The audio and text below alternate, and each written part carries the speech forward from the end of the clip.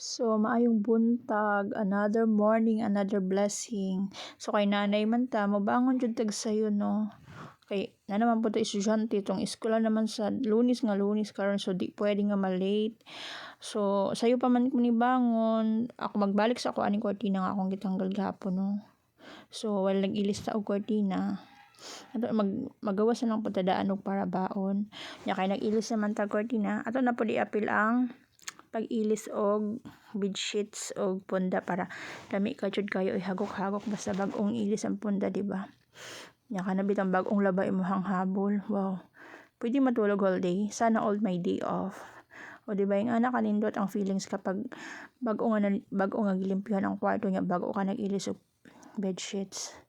O di ba? Mga kananay, sinong relate dyan? So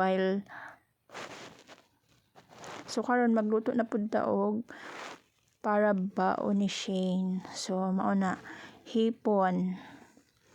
Hipon niya ang paborito nga sudan. Ambot na niya, guys. Ganahan kay siya ana pero ako allergic, so gamay na akong giluto kay siya naman ang magbaon, no. Siya ra ang mukahaon. Nya pagka na tog luto adto na pud tag bukid. So mao na among manok nga ugway sudan pwede ra gid ihawon kana mga baboy na, guys. If ever gigutom ka pwede ra ka maglechon kay na gibuhi. So yung anak kaya nindot ang kinabuhi kapag na kay mga binuhi, guys, kay di na jud ka magproblema pagka nang wala bitaw kay sudanon. Pwede ra jud ka kayo mukuha din og isa para masulbad ang imong kagutom. So another tips na pod. Thank you for watching.